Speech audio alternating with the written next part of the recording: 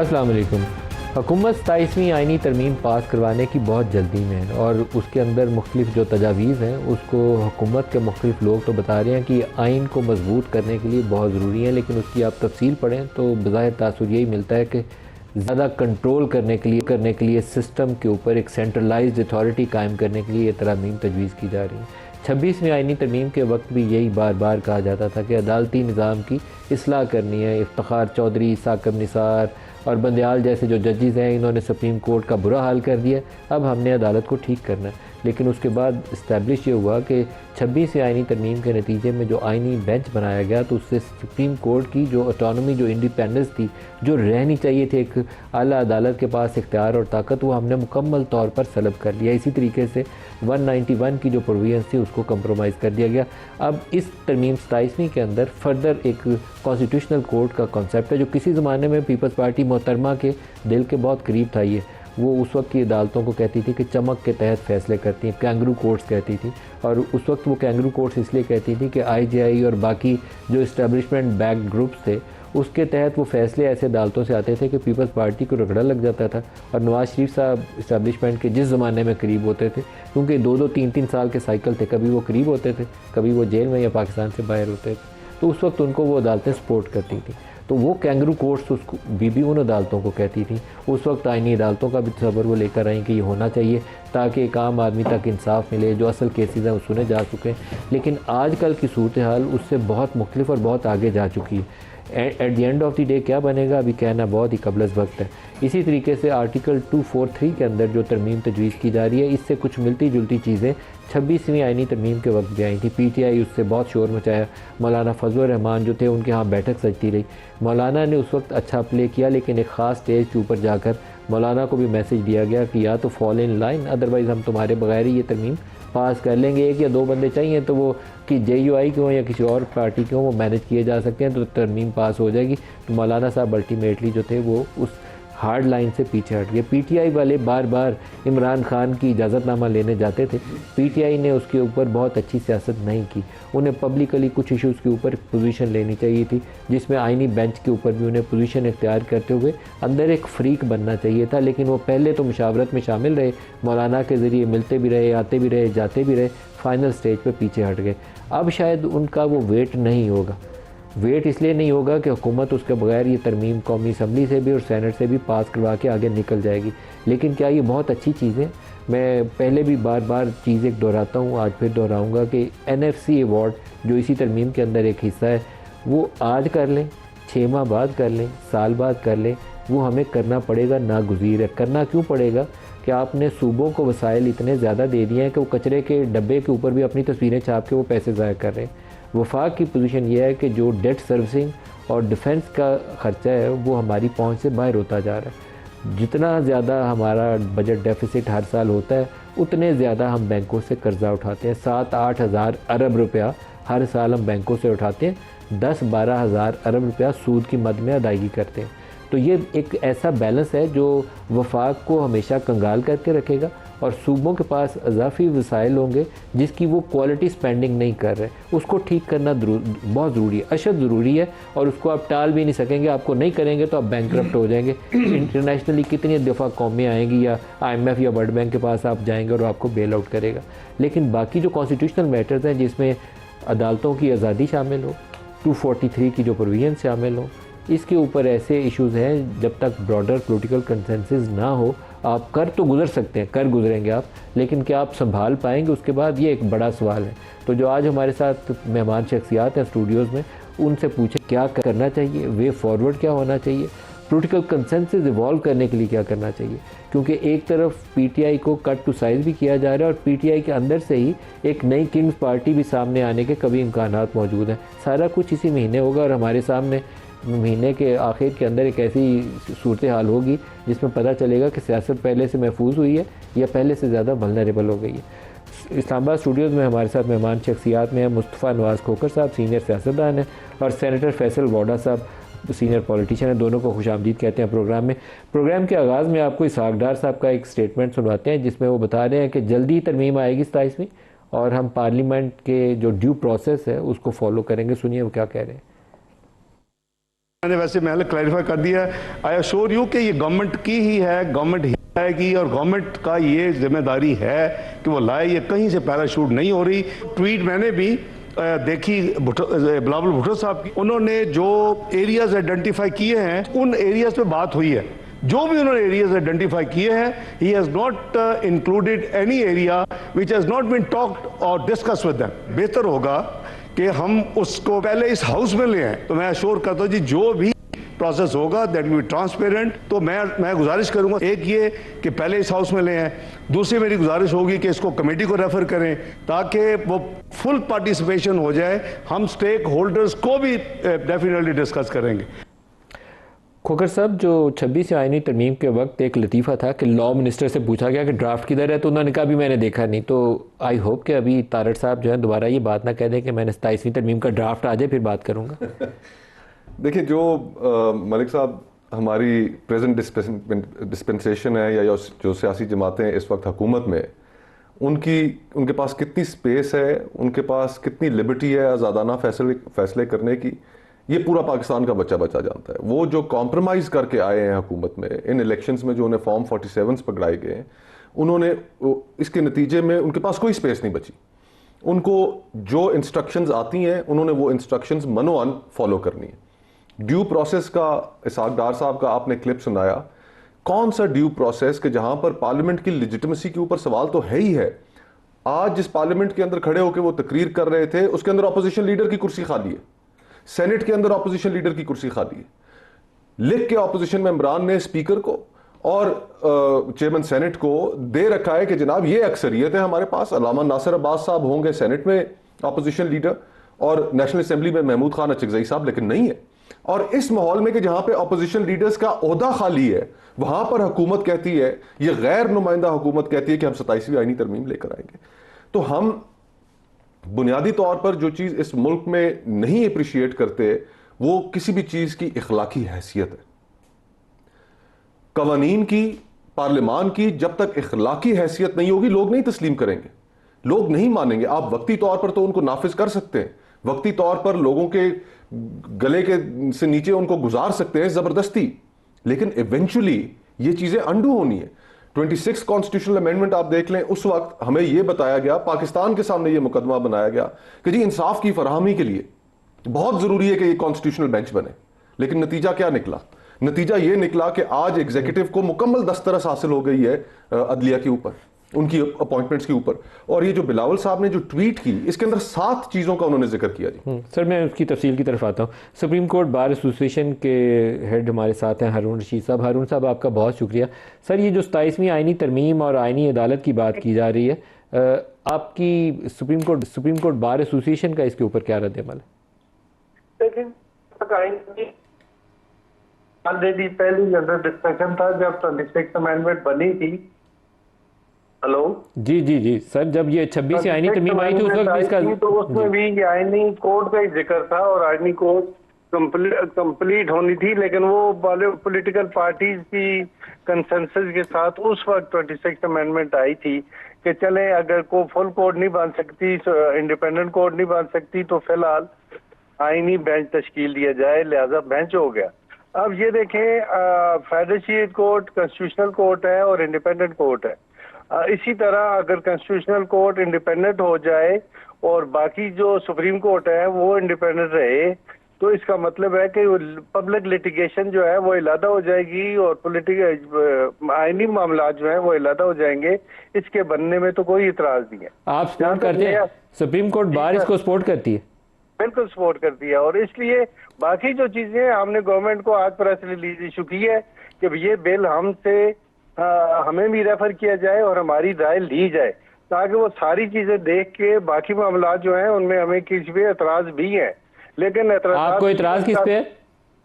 हम एतराज ये है कि वो जो मैजिस्ट्रेट को पावर दे रहे हैं, जुडिशियल पावर, उस पे हमें एतराज है।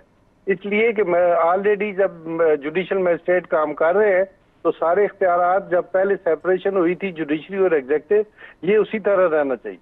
और सर, उसके अंदर NFC अवार्ड का 243 का भी जिक्र है, उसके ऊपर आप ओके हैं, खुश हैं?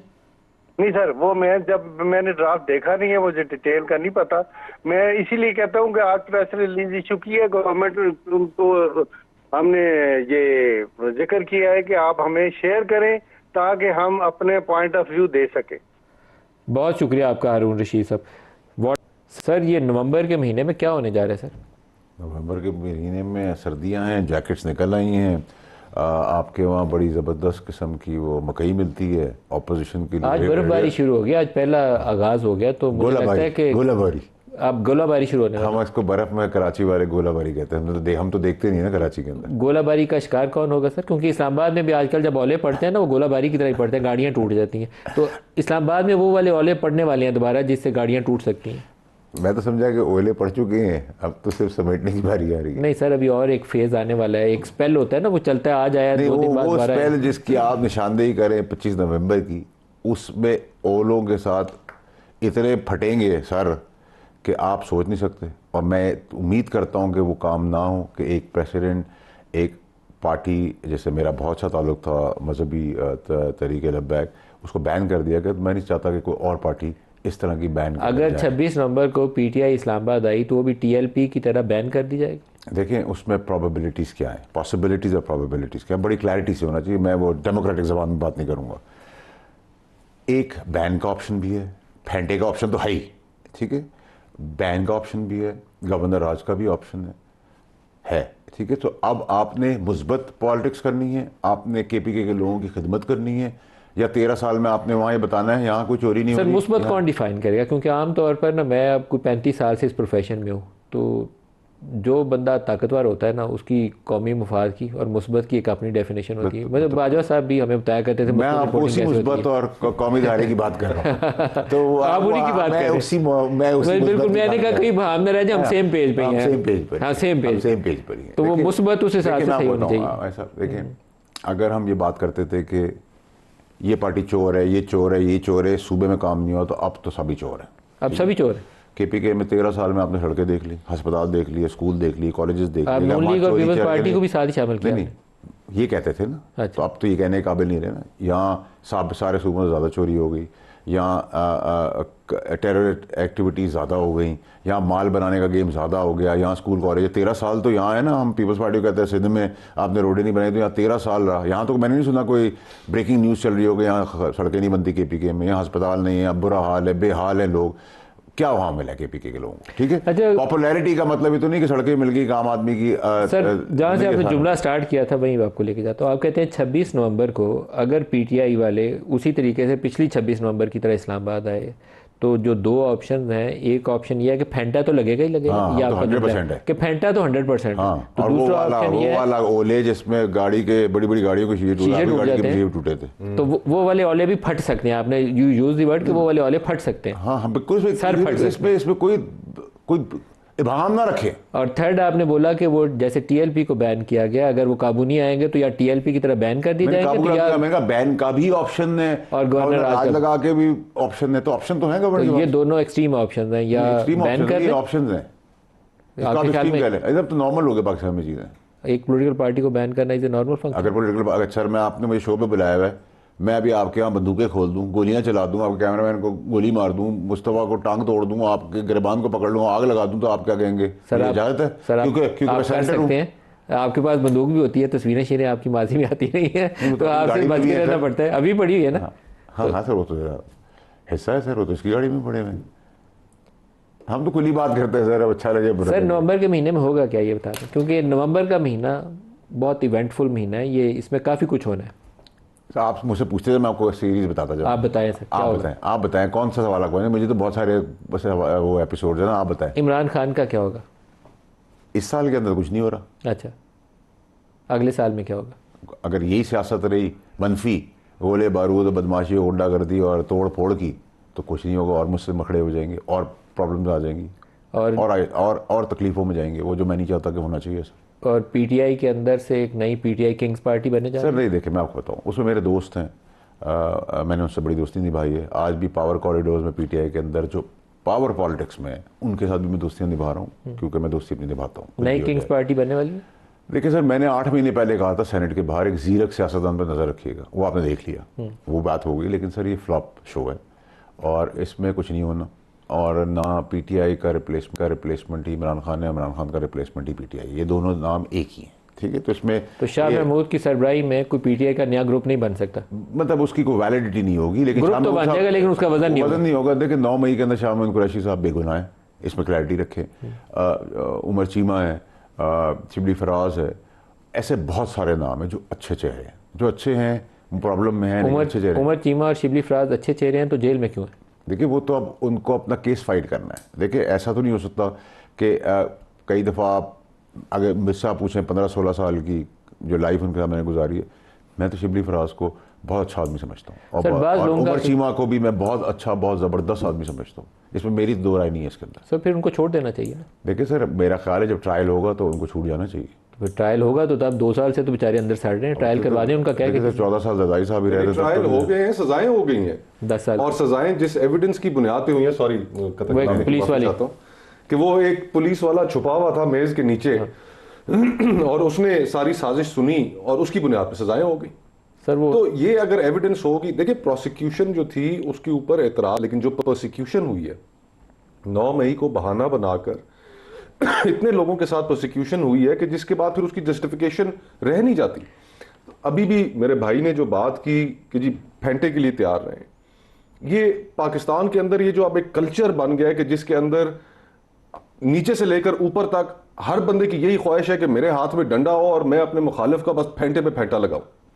ये दायरों का वो सफर है, 90 की दिहाई के अंदर हमने ये फेंटे वाली सियासत देखी और फिर उसके कॉन्सिक्वेंसेस भी हमने देखे।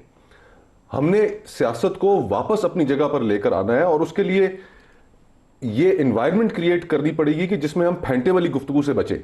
सर नहीं बच जिसके सकते। अंदर नहीं बच सकते। अगर नहीं बच सकते और फिर सारा निज़ाम फ्रैंकली आज ये जितना कॉन्स्टिट्यूशनल अमेंडमेंट 27 की जो बातें हो रही हैं उसके 2 हिस्से हैं मलिक साहब।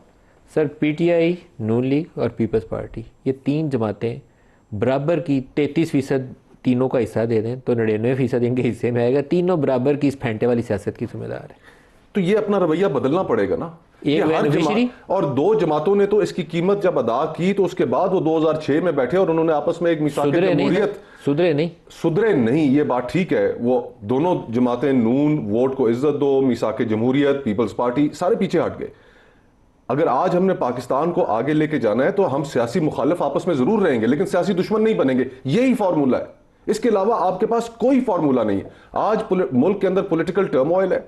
इस टर्मोइल की वजह से आपके लोग जवान मुल्क छोड़कर जा रहे हैं, आपकी इकोनॉमी दगरगू हालत में है, आपके पास बेरोजगारी की इंतहा है। ये पॉलिटिकल टर्मोइल जब तक नहीं खत्म करेंगे कोई इन्वेस्टमेंट नहीं करेगा आपके मुल्क में। फॉरेन कंपनीज आपको, बड़ी बड़ी कंपनीज आपको छोड़ के जा रही हैं।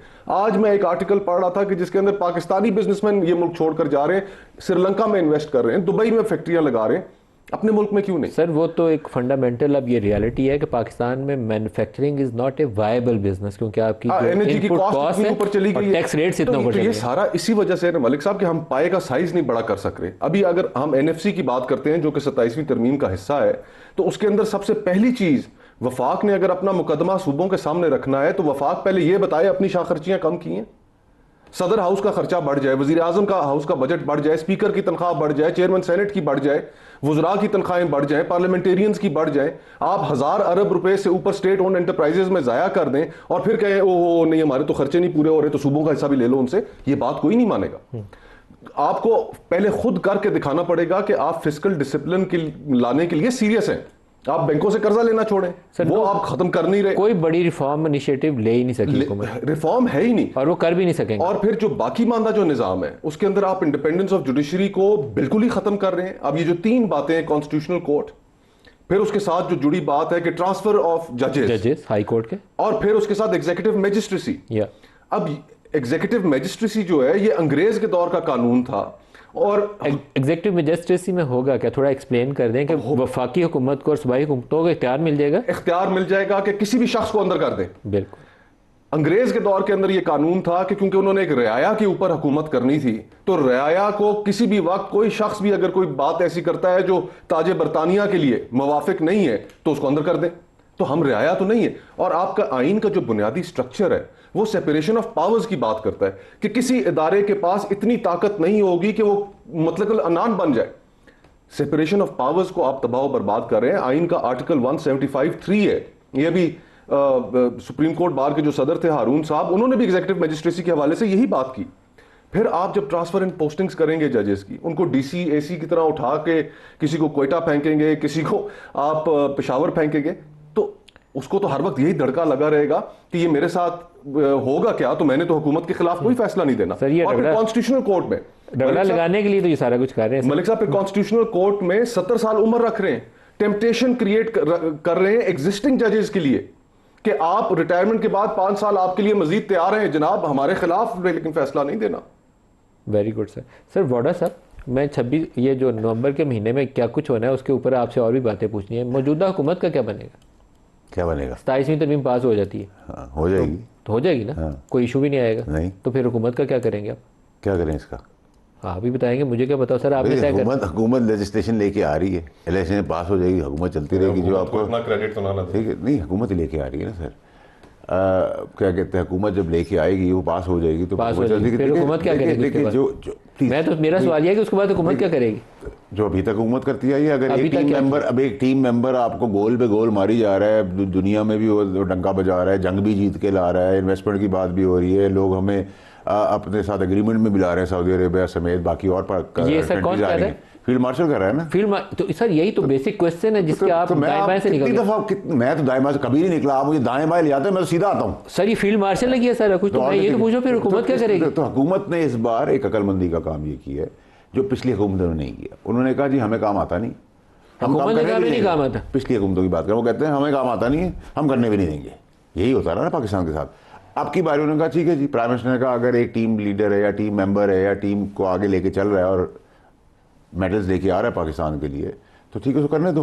तो सब उसकी सपोर्ट में खड़े हो गए। तो इसमें क्या बुराई है? अगर एक कॉम्बिनेशन अच्छा बन गया है तो उसमें बुराई क्या है? आपको मैंने कहा आपको बहुत शौक था जमहूरियत का, फिर आप जमहूरियत, जब मैं उस वक्त आपको जमहूरियत के बारे में कहता था आप मुझसे नाराज होते थे, आप कैसी बातें कर रहे हैं, जमहूरियत कैसे है?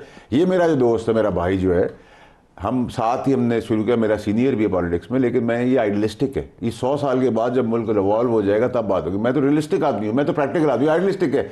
ये जमहूरियत की बातें कर रहा है, आर्टिकल्स बताएगा, आप इसका पूरी रात बैठे रहे, वो खाने खिलाता रहेगा, बातें करता रहेगा, ये आइडियलिस्टिक है। मैं प्रैक्टिकल हूँ, मैं रियलिस्टिक हूँ। अगर ये समझदार होते ना खोकर साहब, तो इस वक्त कोई लॉ मिनिस्टर होते और इंतजार कर रहे होते कि मसवदा आईनी तरमीम का मेरे पास आने वाला है, जल्दी बताऊंगा वाडा साहब कौन सा है। देखिए मेरी बात, तो ये समझदार नहीं है, इसलिए मेरे पास बैठे। खोकर साहब की आपको मैं एक चीज बताऊं, मेरा तो भाई है बहुत प्यारा। ये क्यों इतनी बातें करता है, कैसे करता है इतनी बातें? इसलिए कि इसको अल्लाह ताला ने उस घर में पैदा किया जहाँ इसका पेट भरा हुआ है। अगर इसका पेट भरा हुआ नहीं होता, ये महरूम होता बेसिक चीज़ों से दुनिया के अंदर। बेसिक पाकिस्तान में आपके ख्याल में शहबाज साहब का पेट खाली था इसलिए वो ऐसे काम कर रहे हैं? नहीं, वो ऐसा क्या काम कर रहे हैं? आपने अभी तो बताया कि फील्ड मार्शल सारा कुछ कर रहे हैं। और हाँ, तो अगर कर रहा है तो मैं क्या ना क्रेडिट दूं उसको? फील्ड मार्शल का कर रहा है, जंग मैंने जीती, प्राइम मिनिस्टर जंग मैंने जीती, जंग मैंने जीती, मैंने गोलियां चलाई जाके। क्रेडिट तो मैं सरेंडर भी लेता हूँ पाकिस्तान में। पासपोर्ट तो मैं भी बड़ी प्राइड से दिखाता हूँ। खैर पहले भी दिखाता था ब्लू रंग का, वो देना पड़ा, उसके बाद सजाएं भी खाई, लेकिन अब हरा पासपोर्ट बहुत प्राइड से दिखाता हूँ। आप भी दिखाते हैं, ये भी दिखाता है, आप जाते हैं सब इज्जत से मिलते हैं। तो हमने जंग जीती थी। जो ट्रंप के साथ ताल्लुकात अच्छे हुए वो हमने किए हैं। जो सऊदी अरेबिया से स्ट्रेटेजिक चीज़ें साइन हुई वो हमने की हैं, तो हम पहले क्यों नहीं कर लेते? ये सर तीनों का क्रेडिट ट्रंप से ताल्लुकात की बेहतरी, सऊदी अरब से जो म्यूचुअल डिफेंस ट्रीटी हमने साइन की, और जंग जीतने का तो खैर ऑब्वियस है, वो फील्ड मार्शल का, जाहिर सी बात है। प्राइम मिनिस्टर का क्रेडिट नहीं है। प्राइम मिनिस्टर उसका हिस्सा थे, उनकी किस्मत अच्छी थी कि वो उस वक्त प्राइम मिनिस्टर बने जिस वक्त ये सब कुछ पाकिस्तान के, मतलब प्राइम मिनिस्टर बस लकी इनफ कि उस वक्त वहां मौजूद थे। बिल्कुल ठीक है, इसमें कोई बुराई नहीं है, उनको भी बुराई, वो भी तारीफ करते हैं उस बात की।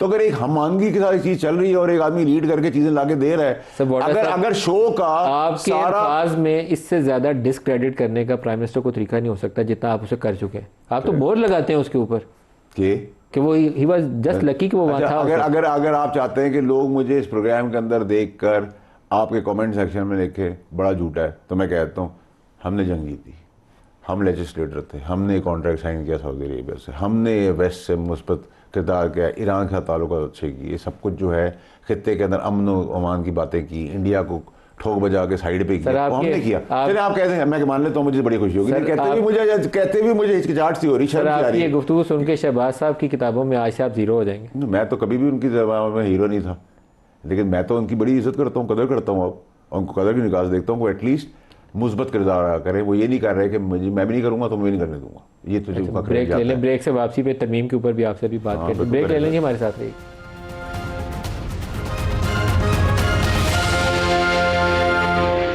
Welcome back. चंद रोज़ पहले खोखर साहब जब प्राइम मिनिस्टर गए हैं प्रेसिडेंट हाउस में, तो उसके बाद पता ही हमें चला कि हुकूमत यही जो रवा हफ्ता चल रहा है, इसी हफ्ते में इस तरमीम को ला के पास भी करवा के तो सारा कुछ फ़ारग करना चाहती है। वो कुछ अटक गया मामला, शायद कुछ लोगों ने तजवीज़ दी कि पहले इस पर मुशावरत कर लें फिर आगे चलते हैं।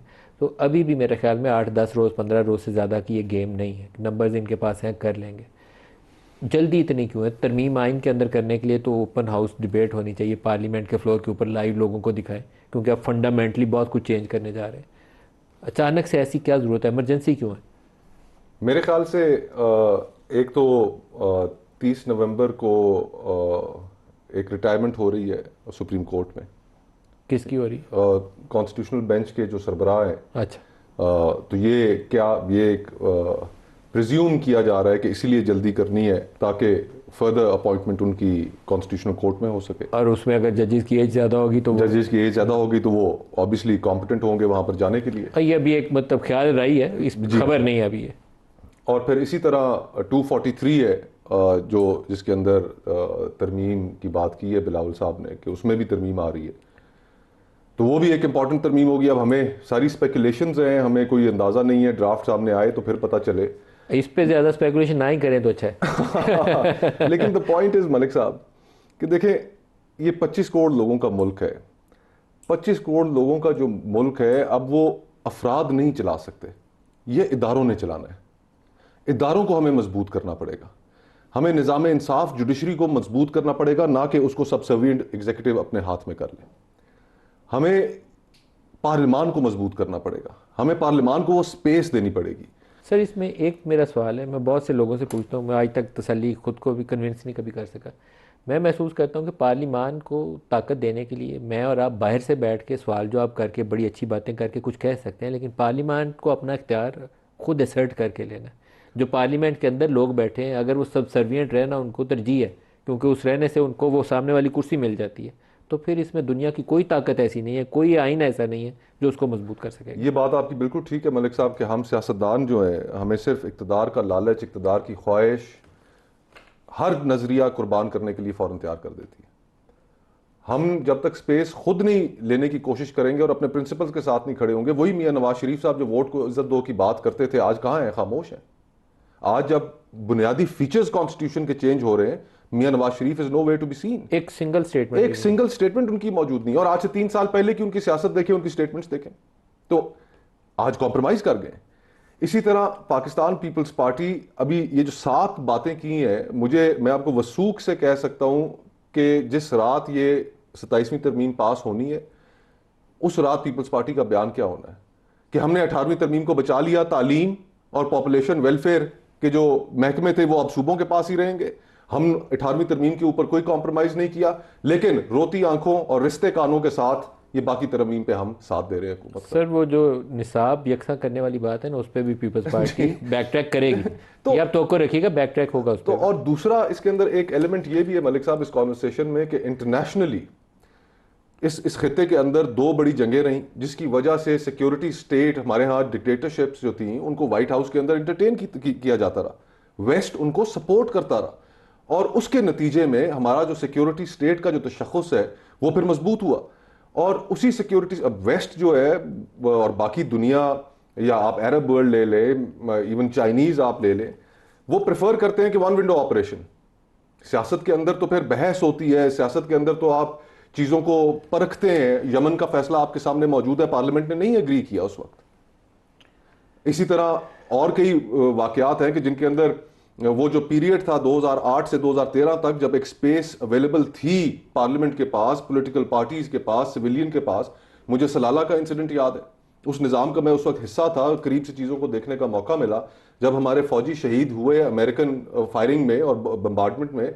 तो पार्लियामेंट खड़ी होगी, उनका कि आप नेटो सप्लाईज उस वक्त तक नहीं बहाल करेंगे जब तक अमेरिका माफी नहीं मांगता। सर लेकिन एक चीज़ रखिएगा, उस वक्त जनरल कियानी ने वो स्पेस आपको खुद से देकर, आपको तकवीत देकर खड़ा किया था। 2008 में परवेज मुशर्रफ साहब की रुखसती हुई थी। सलाला वाले इंसिडेंट की बात कर रहा हूं। उससे पहले भी जी कि दो शहीद बीबी की शहादत हुई थी, मुल्क के अंदर एक पॉलिटिकल टर्मोइल था और जिस माहौल के अंदर इलेक्शंस हुए थे, एस्टेब्लिशमेंट के पास वो स्पेस ही नहीं बाकी रह गई थी कि वो सिविलियंस को डिक्टेट कर सके। लेकिन फिर भी उस दौर में हमने एक दो स्कैंडल्स भी देखे, मेमो स्कैंडल हमने देखा। तो द पॉइंट इज कि हम सियासतदान सिर्फ हुकूमत हासिल करने के लिए वो कॉम्प्रोमाइजेस कर लेते हैं कि जो एंड ऑफ द डे सिर्फ मुल्क को ही नहीं, जमहूरियत को भी नुकसान। जमहूरियत की रूह के मुनाफी होते हैं। वाटर साहब, जो इसका कुछ टाइम फ्रेम भी है जहन में कि कितने दिनों में और कब तक इसको पास करना है 27वें आईनी तरमीम को? आप कब चाहते हैं? कल सुबह कर ले सर, आपकी मर्जी। कल सुबह से शुरू कर देंगे सर, इस सब महीने से पहले निपटा देंगे। इस महीने के एंड से पहले निपटा देंगे। हाँ, निपटा देंगे सर। आपको शौक है, इन्होंने कहा डिबेट करने का, आपने भी कहा है, वो भी करा देंगे। और बताएं सर, सेनेट के अंदर चंद दिन बहस करवाएंगे और मौलाना फजल रहमान भी ऑन बोर्ड होंगे। काम ही बस सेनेट से शुरू होगा। सेनेट से ही शुरू होगा। हाँ, और सेनेट में अभी 2/3 मेजोरिटी नहीं है हुकूमत के हुक्म पास, करें सर, नेशनल असेंबली में है। आप हुक्म करें, शुरू सेनेट से ही होगा।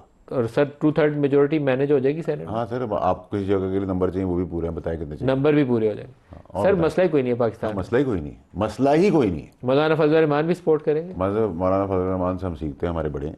मौलाना फजल रहमान पाकिस्तान की हमेशा सलामती के लिए, बका के लिए खड़े हुए हैं। अगर उनकी कोई रिजर्वेशन होगी, उनको एड्रेस किया जाएगा।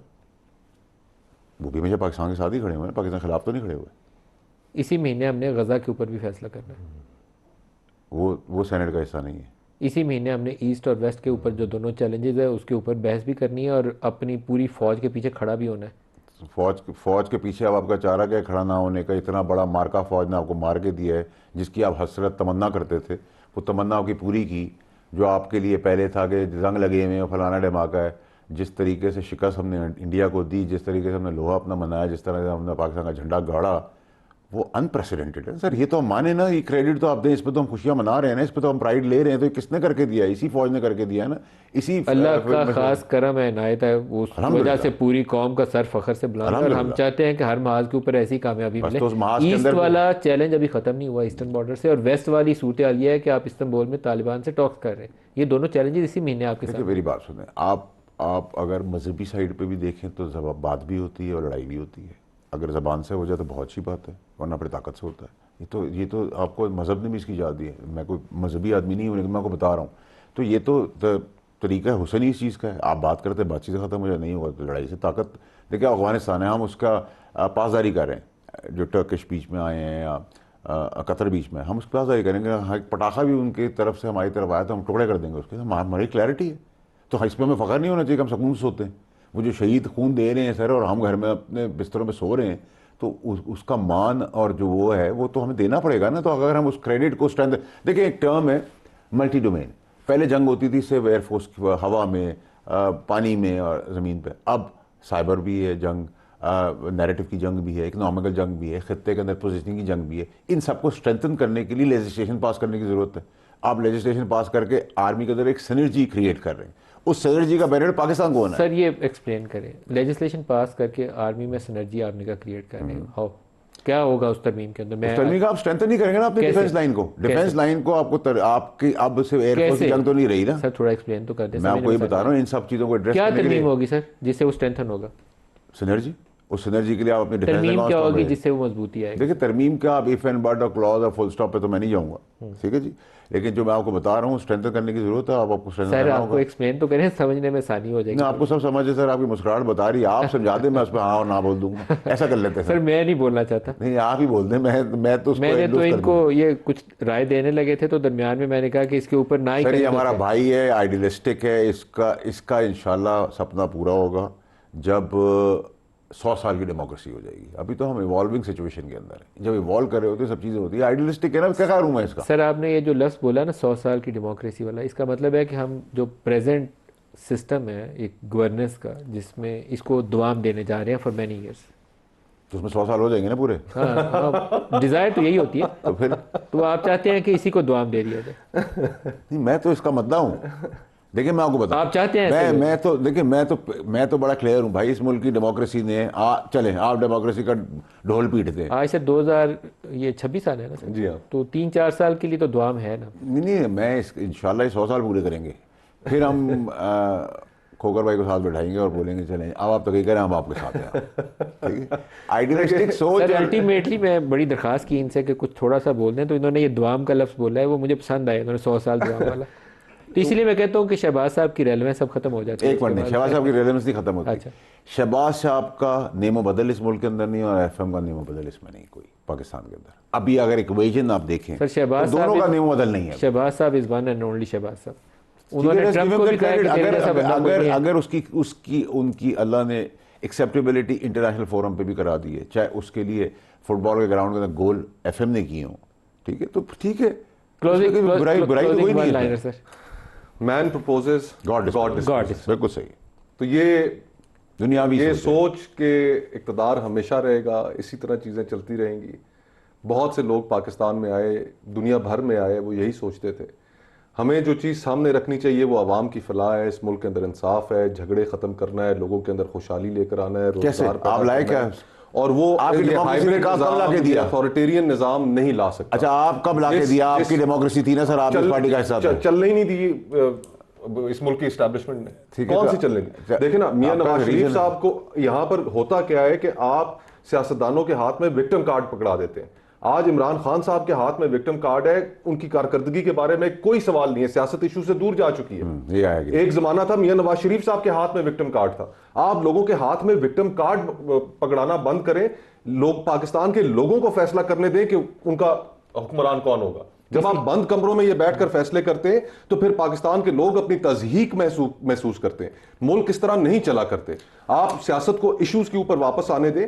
ये कि जी 243 के अंदर तरमीम हो जाए, हम अदलिया की आज़ादी खींच लें, क्या ज़रूरत है इन चीज़ों की?